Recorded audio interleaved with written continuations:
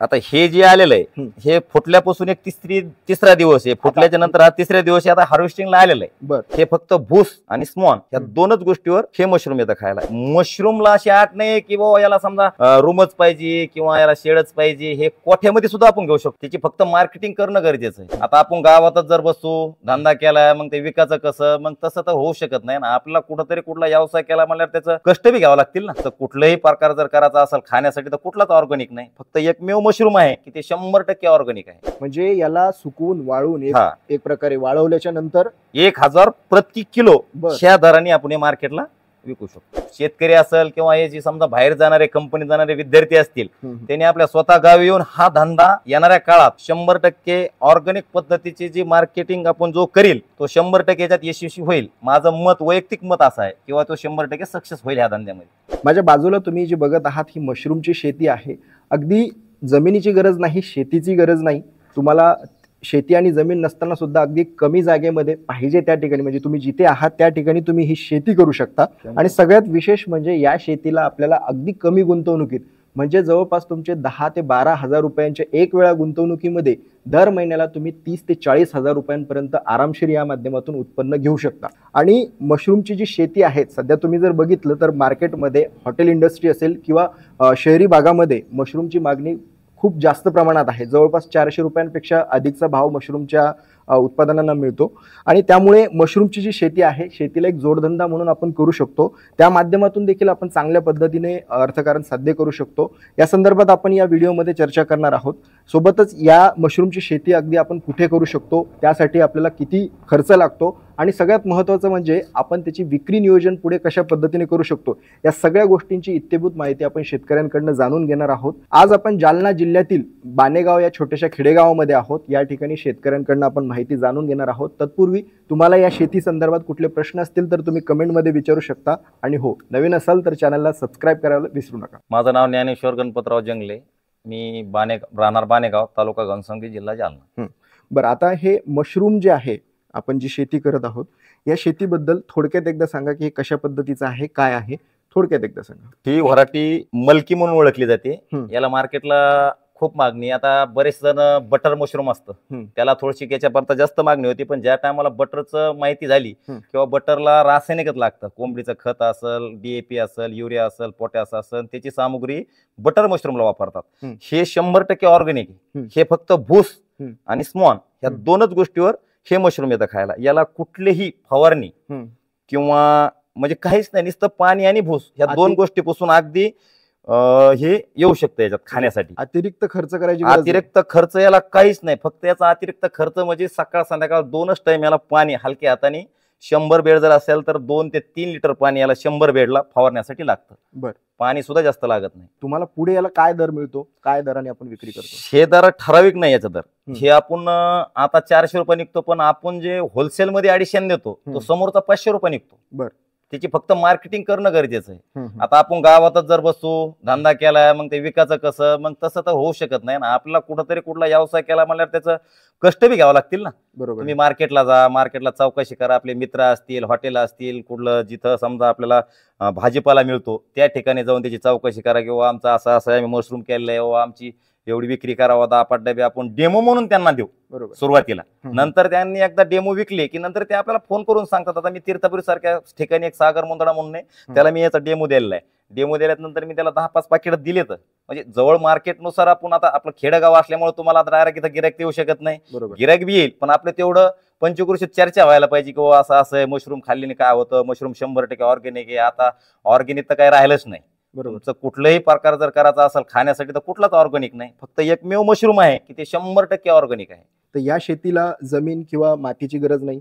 नाही, बिलकुल मातीची त्याची जमीन आहे. त्याला पुन्हा असं हे नाही की शेडच लागतं. आपण जर बांबू पासून जरी कोठा निर्माण समजा केला तर कोठ्यामध्ये तर 100% येतं, कारण याला टेम्परेचरची थोडी हे टेम्परेचरला 25 ते 28 दरम्यान टेम्परेचर लागतं.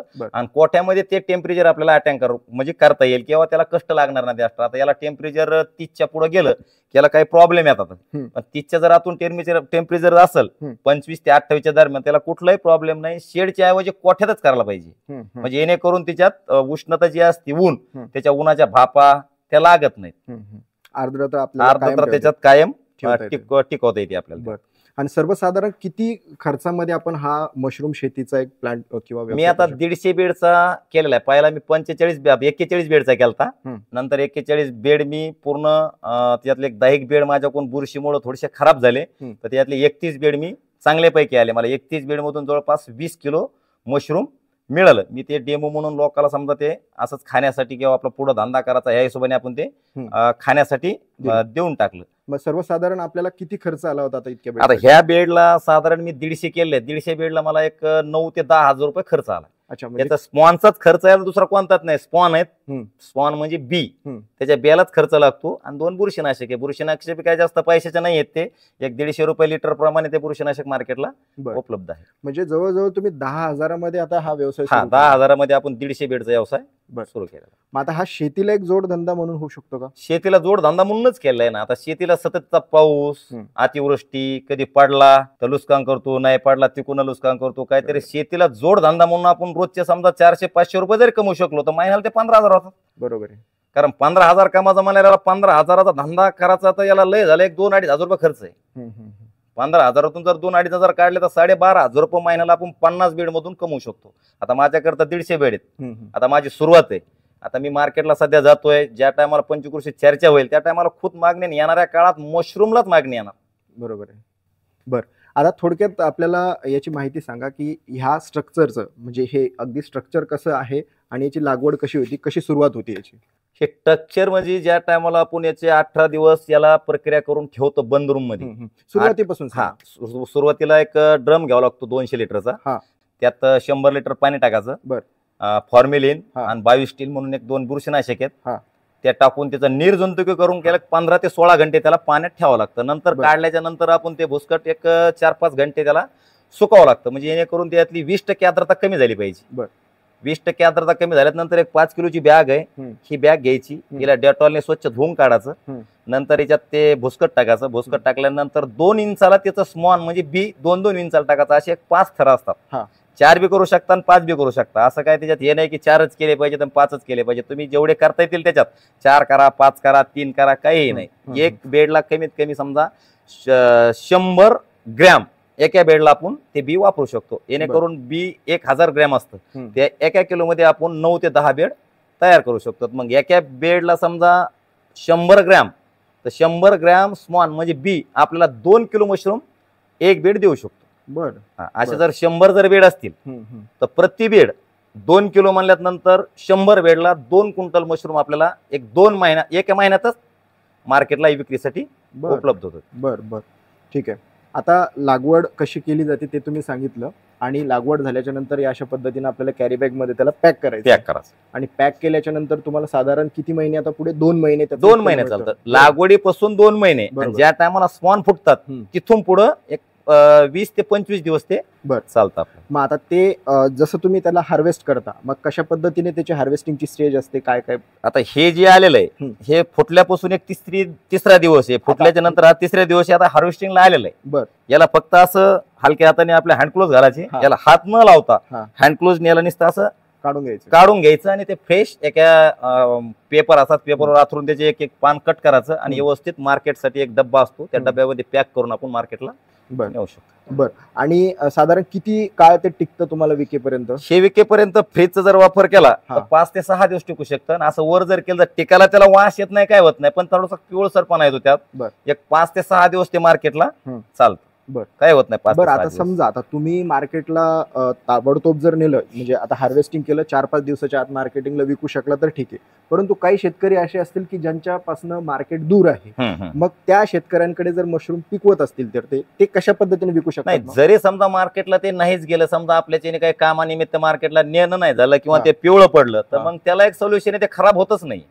त्याचा ड्राय करायचा. 1-2 दिवस त्याला ड्राय म्हणून आपला एक बल्ब असतो 200चा, एक स्टेज करायचा. त्याला एक 2x4चा एक नेट म्हणून आपण मच्छरदाणी जशी असती तसं एक नेट सुविधा आहे. त्यात एक बल्ब सोडायचा. याला 2 दिवस जर सुकिलं 2 दिवसात हे सुकतं. नंतर याचा ड्राय म्हणून हे मार्केटला 1000 रुपये किलो प्रमाणे 1000 रुपये 1000 किलो प्रमाणे याचा दर आपल्याला मिळू शकतो. म्हणजे याला सुकवून वाळून एक प्रकारे वाळवल्याच्या नंतर 1000 प्रति किलो ह्या दराने आपण हे मार्केटला विकू शकतो. बरं, मग त्याला 12 महिने मागणी आहे पुढे. 12 महिन्याला काहीच होत नाही. ज्या टायमाला आपण याला वाळून पन्नीत पॅक करू का 12 महिने याला काहीही होत नाही. प्रेक्षकांनो, लक्षात घेण्यासारखा विषय असा आहे की त्यांचं म्हणणं आहे की तुम्हाला मार्केटमध्ये जर ताबडतोब त्या गोष्टीला मागणी नसेल किंवा तुम्हाला मार्केटपर्यंत पोहोचता येत नसेल तर तुम्ही याच मशरूमला वाळवून डिहायड्रेट करून त्याची प्रोसेस करून तुम्हाला ते 12 महिने टिकवता येतं आणि 12ही महिने त्याला पुढे भाव आहे किंवा मागणी आहे, त्यामुळे तुम्ही त्याला पुढे केव्हाही विकू शकता, म्हणजे ते खराब होणार नाही. बरोबर, खराब होतच नाही. बरोबर आहे. त्याचे पावडर मधून त्याचं पापड असन, तुमचं लोणचं असन, अनेक पदार्थ बनतात त्याच्यावाले ड्राय करून. आपण ते समजा श्रीगोंदा असल किंवा जालना असन, संभाजीनगर असन, खामगाव असल. आता खामगावल्याशी बोलणं झालं, त्यांचं म्हणणं किंवा ड्राय केल्यात नंतर आम्हाला फोन लावा, इथं येऊन तुमचं 4-5 किलो झाल्यात नंतर आम्ही इथं येऊन घेऊन जाऊ, 1000 रुपये प्रति किलोने. बरं, म्हणजे तुमच्या या खेड्यामध्ये येऊन ते घेऊन जाणार. घेऊन जाणार. बरं, आता इतर जे शेतकरी आहेत आपले शेतकरी मित्र, तुम्ही ज्या पद्धतीने एक जोडधंदा म्हणून याच्या माध्यमातून शेतीला पूरक व्यवसाय आपला हा करत आहात आणि या माध्यमातून तुम्ही चांगल्या पद्धतीने अर्थकारण पण साध्य करताय. बरोबर, एक दररोज तुम्हाला तुमचं म्हणणं आहे की 1,500 ते 2,000 रुपये तुम्ही आरामात इन्कम घेताय. तर त्या इतर शेतकऱ्यांना ज्यांना ह्याची करण्याची इच्छा आहे किंवा ज्यांना करायचं आहे त्या शेतकऱ्यांना तुम्ही काय संदेश द्याल, त्यांना काय सांगाल? कारण की बऱ्याच शेतकऱ्यांना आपण म्हणतो की शेतकऱ्यांचं उत्पन्न कमी झालंय, शेतकऱ्यांना कर्जबाजारीपणामुळे शेती परवडत नाहीये, पण त्यांनी अशा पद्धतीचं काम केलं तर त्यांना काय सांगाल तुम्ही? माझा तर अंदाज असा आहे किंवा प्रत्येक शेतकऱ्यांनी शेतीला जोडधंदा म्हणून काय ना काहीतरी केलं पाहिजे. पण त्यातली त्यात मशरूमला अशी आट नाही की बाबा याला समजा रूमच पाहिजे किंवा याला शेडच पाहिजे. हे कोठ्यामध्ये सुद्धा आपण घेऊ शकतो. माझ्या तर हिशोबाने शेडच्या ऐवजी कोठ्यामध्ये जास्त आर्द्रता याच्यात ऍटन होऊन याला बाकीचं मेंटेनन्स कुठलंच येणार नाही. कोठा जर करायचं मला तर खर्चच लागत नाही. बरोबर, कोठ्याला एक 50 रुपये प्रति नगाची किंमत आहे बांबूची. एक 15 फुटाचा बांबू, एक 50 बांबू जर आणले तर 2-2.5 हजाराचे बांबू होतील आणि 2-3 हजाराची ताडपत्री. असं मिळून एक 5-1 हजारात आपण याची शेड करून ते मशरूम याच्यात घेऊ शकतो. तर प्रत्येक शेतकरी असेल किंवा हे जे समजा बाहेर जाणारे कंपनीत जाणारे विद्यार्थी असतील त्यांनी आपल्या स्वतः गावी येऊन हा धंदा येणाऱ्या काळात 100% ऑर्गॅनिक पद्धतीची जी मार्केटिंग आपण जो करील तो 100% याच्यात यशस्वी होईल. माझं मत, वैयक्तिक मत असं आहे किंवा तो 100% सक्सेस होईल ह्या धंद्यामध्ये. हा धंदा करायलाच पाहिजे. युवक जे आहेत इकडे तिकडे पळण्याऐवजी स्वतःच्या घरी येऊन भुसकट याला सामुग्री म्हणून फक्त गव्हाचा भुसाच लागतो, याच्या व्यतिरिक्त याला कुठलंही साधन किंवा काही सामुग्री लागत नाही. कमी खर्चामध्ये 10-12 हजार रुपयात आपण आणू शकतो. किती जरी गरीब म्हणलं तर 10-12 हजार रुपये कुंकून मी उपलब्ध करू शकतो. 10 हजार रुपये फेडायला त्याला 2 महिन्यात ते समोरचे 10 हजार फेडू शकतो त्याच्यात. बरोबर आहे. खरं तर तुम्ही खूप चांगल्या पद्धतीने आम्हाला माहिती दिली आहे, त्याबद्दल तुमचे प्रेक्षकांच्या वतीने खूप मनापासून आभार. आणि शेतकरी मित्रांनो, तुम्हाला या व्हिडिओच्या माध्यमातून यांनी जी माहिती आपल्याला दिलेली आहे ती अत्यंत महत्त्वाची आहे की शेतीला पूरक आणि जोडधंदा ही करणं काळाची आता गरज आहे. आणि त्यातल्या त्यात कमी खर्चामध्ये मग कुठला जोडधंदा आपण शेतीला करू शकतो तर तो हा आहे. म्हणजे अगदी तुम्हाला दिवसातला खूप कमी वेळ याच्यासाठी द्यायचा आहे.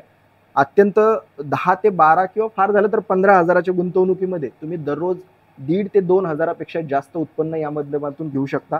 त्यामुळे होईल का की तुम्हाला तुमच्या शेतीचं जे उत्पन्न आहे तर त्यासोबतच याचं उत्पन्न मिळाल्यामुळे एक हातभार मिळणार आहे. आणि सगळ्यात महत्त्वाचं म्हणजे यासाठी तुम्हाला फार काही वेगळी मार्केटिंग करायची गरज नाही, फार काही वेगळं तंत्रज्ञान नाहीये. नाही, काहीच नाही. त्यामुळे ही शेती करणं अगदी सोपी आहे. आणि याच्यासाठी फार महत्त्वाचं म्हणजे जमिनीची गरज नाही, मातीची गरज नाही. तुम्ही अगदी कुठल्याही बाजूला एका साईडला या पद्धतीची शेती करू शकता. त्यामुळं ह्या व्हिडिओचा जो उद्देश आहे ती फक्त तुमच्यापर्यंत माहिती घेऊन येणं हाच होता. याबद्दल तुम्हाला अधिक कुठली माहिती हवी असेल किंवा माहिती पाहिजे असेल तर दादांचा आपण नंबर देणार आहोत, शिवाय तुम्ही कमेंटमध्ये आम्हाला विचारू शकता. धन्यवाद.